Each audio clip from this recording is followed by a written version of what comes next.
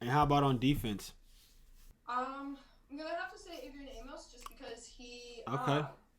had that game-sealing interception. He's done that twice now against the Bears at Yep. Soldier Field. Yep. I don't want to say he's the reason why we won, but he's the reason why we sealed it because we were able to go down and Aaron Jones was able to score a touchdown.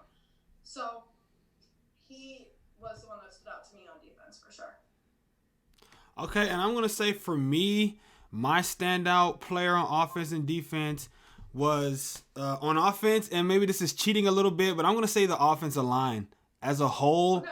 I mean, and if I have to pick one person, I'm gonna say Billy Turner. Because they only gave up one sack last night, and I was actually surprised that they had Turner at the left tackle spot instead of Jenkins, who I know can play everything, and he's already played at that spot before when Bakhtiari had to miss some time. So I was really impressed, and after a whole 60 minutes of football, Khalil Mack had only one sack, and outside of that one sack, he wasn't really involved much in the game. So salute and credit to the offensive line as a whole, but Billy Turner, he stepped up. So I really think that, that he stood out to me. And on defense, Amos is a good pick, but I'm going to have to go with my boy Ja Money Alexander.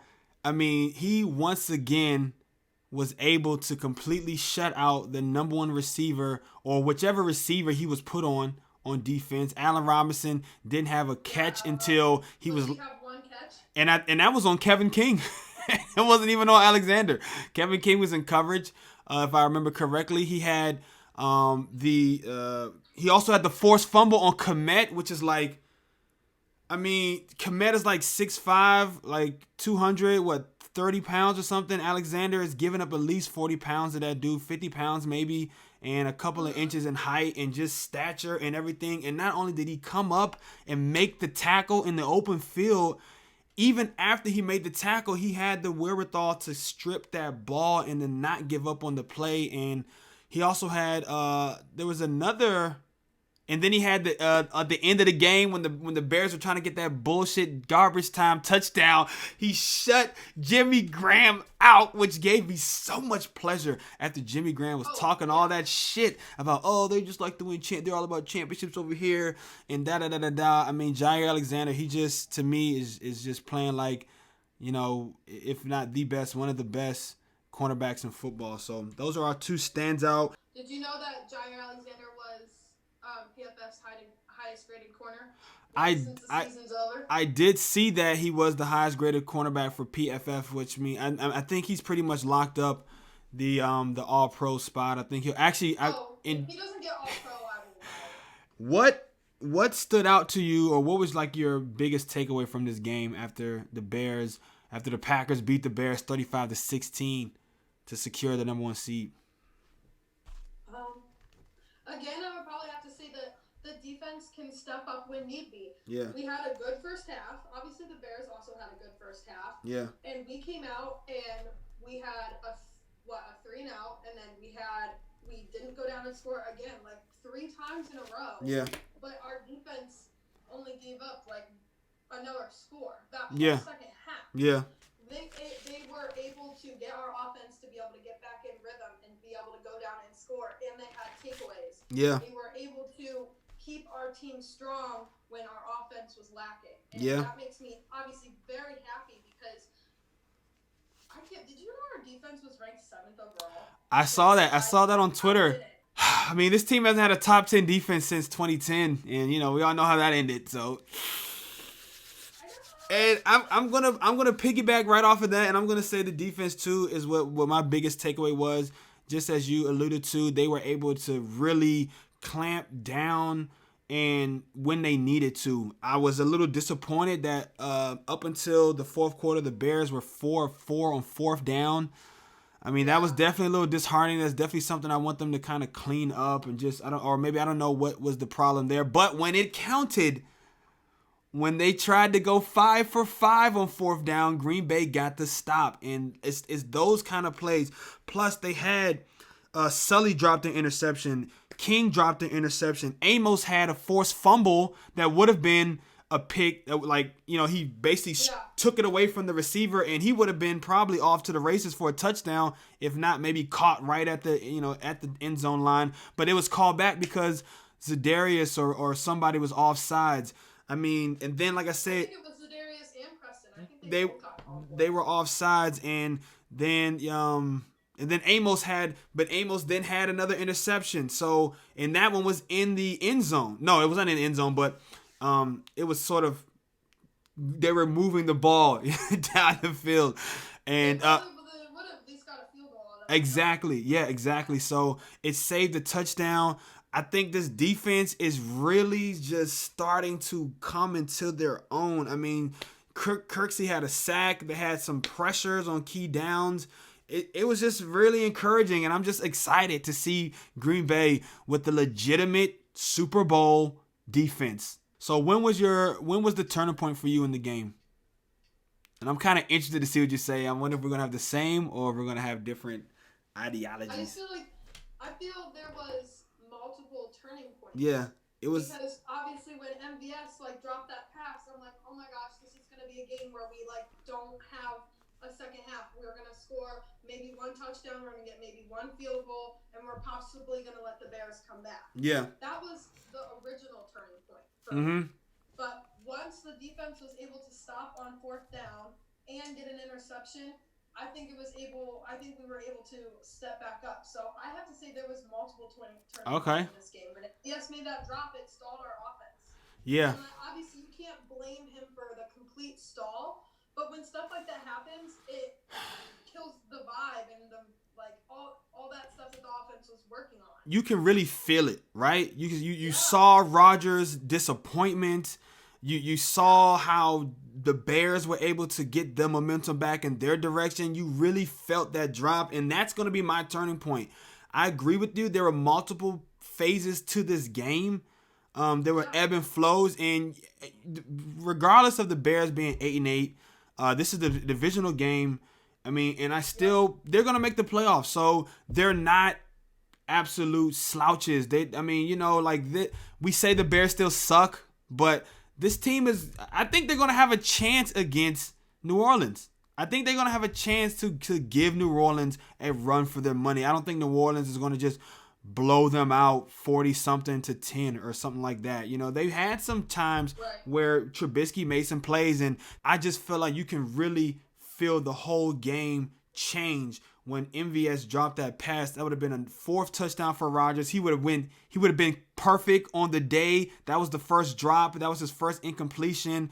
And I mean, it would have just been almost like a snowball, right? Just going down. Instead, there was a little ray of sunshine for the Bears there, and it melted that chance for just us to really just kind of just avalanche them with points and just really take over. And so I think that was my turning point. It was kind of a negative, but to your point and to the defense's credit, they were really able to turn things around. And as you know, we're live on Twitch, so I want to shout out Country Logic 16 who's in the chat. Okay, so the next question is going to be on a scale of 1 to 10, where do you place this victory for the Packers?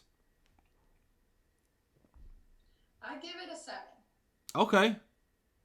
We still won. We scored over 30, which we had 12 games this season where we scored 30 or more points, which is a team record. We beat 2011 when we had 11 30-point games. Okay. So, I literally just lost my train of thought. You gave it a 7 out of 10. Okay, thank you.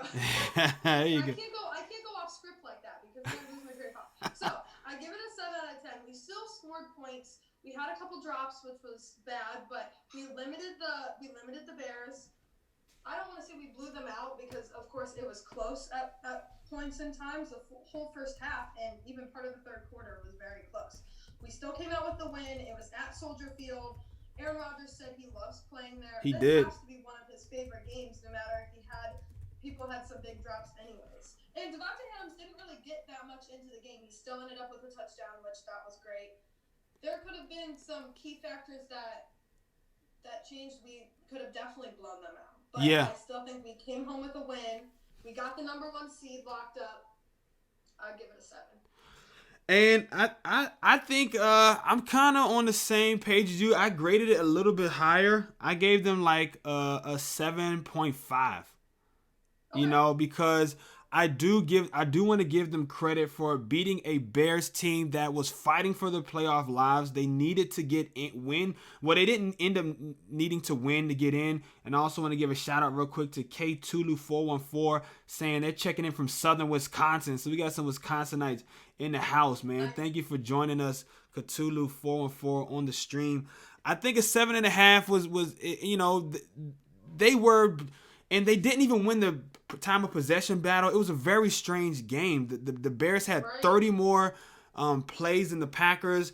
I mean, I would like to have seen them be a little more balanced. I wasn't really sure why up by 12 or whenever it was, when it was still like the Bears only had 13. I forget what the Packers had. But they were up by at least a score, maybe more, 2 scores. And they came out. I think it was 21-13. 21-13. Okay, so they were right at 21-13, and they were just up by a score though, right? And so it's like why would you and not even a full score.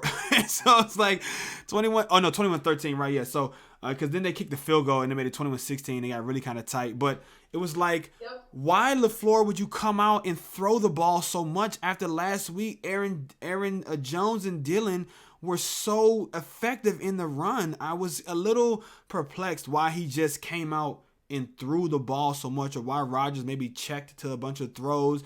I did listen to the post game, and they talked about wanting to get Devontae in a little more involved. So I feel like they started feeding Devontae, which, I mean, and honestly, I probably could even knock it down a peg or two, because I didn't like the fact that Rodgers almost threw 3 interceptions because they were trying to force the ball to Adams instead of just allowing the game to come to them, focusing more on the play action and letting Jones and Dillon and even Williams was back, let them be the stars of the show, you know? So, but because they won and they swept the Bears, and because they got the number 1 seed, they took care of business. They still scored points, and the defense really just is just playing on another level. I'm gonna give them that extra 0.5 for back-to-back 13-3 seasons, maybe, I guess.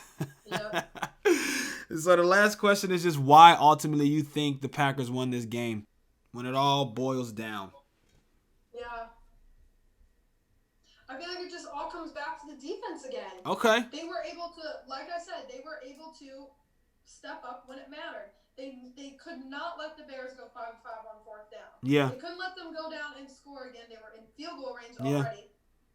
They were probably going to score a touchdown if they converted. They were able to convert all these 4th down. They stopped on 4th down.